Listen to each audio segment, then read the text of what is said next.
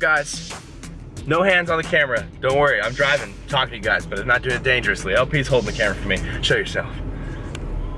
But you're driving with no lats on. Alright guys, so what I'm gonna talk about today is basically, I have an asymmetry in my back. I have an asymmetry in all my muscles now because I have a little bit of a spinal deviation. So my spine actually curves, I believe, to the right.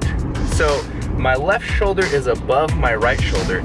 And I always try to keep things like this under wrap, like, you know, for the last couple of years, you know, I'm just like, oh, it's not that big of a deal. I don't really want to talk about it, you know, because I always had this weird idea that, like, I wanted to have the perfect body. You know, I didn't want people to think like, oh man, like you can see his asymmetry there. I always wanted to be like perfect. And that comes from me like always wanting to be a bodybuilder and being like the best at, you know, whatever I'm doing.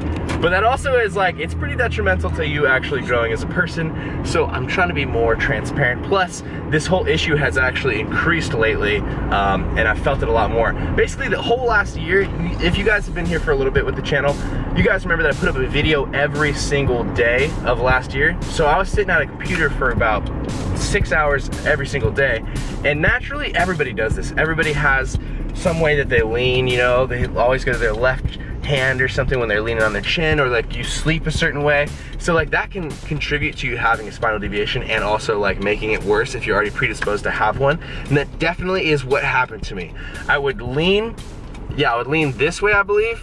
And then also I would sleep on a certain side every single night. Now I try to correct that, but I mean, it's a little bit too late to like correct. It's very hard to fix spinal problems. You know, a lot of people are just like, oh yeah, you just do this and that. It's definitely not like a A, B, C answer. It's like you gotta, you know, you gotta do this exercise differently. You gotta try to stretch your spine out, decompress. You gotta try to fix any like tightness or imbalances in your muscles that are pulling on you and making that even worse, or, you know, stopping it from repairing.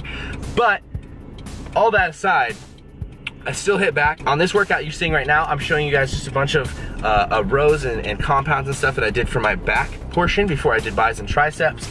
And when I do these now, because I had that deviation, I have to figure out a different way to pull with both sides to make sure that my lats are getting the same work, the same contraction, essentially. Because if my left side is a little higher than my right side, if I just pull normally, then I'm gonna have a more developed right side than left side because I'm gonna get better contraction on my right side, my lat's gonna get better hit. So I'm very wary of what I'm doing, and I generally like to still do, you know, two-sided compounds. So like things where you're pulling equally with both sides, you know, like barbell rows and seated cable rows and lat pull downs and stuff like that. Pull-ups, I still love doing pull-ups. And a lot of people think that, you know, you do unilateral exercises to bring up your asymmetries, and it's not necessarily true. You don't need to do that, but you do need to be aware of how you're contracting, and if you're not contracting the muscles equally with your deviation, then you're probably going to aggravate your asymmetry. And I definitely do have an asymmetry. You guys will be able to notice that. I'm trying to show you guys in the posing clips that I'm going to show you pretty soon. But you can always do things to better improve that. And what I'll be doing is I'll probably be keeping you guys updated, like maybe like once a month or so. I'm gonna start going to the chiropractor as I get more money to actually be able to do that.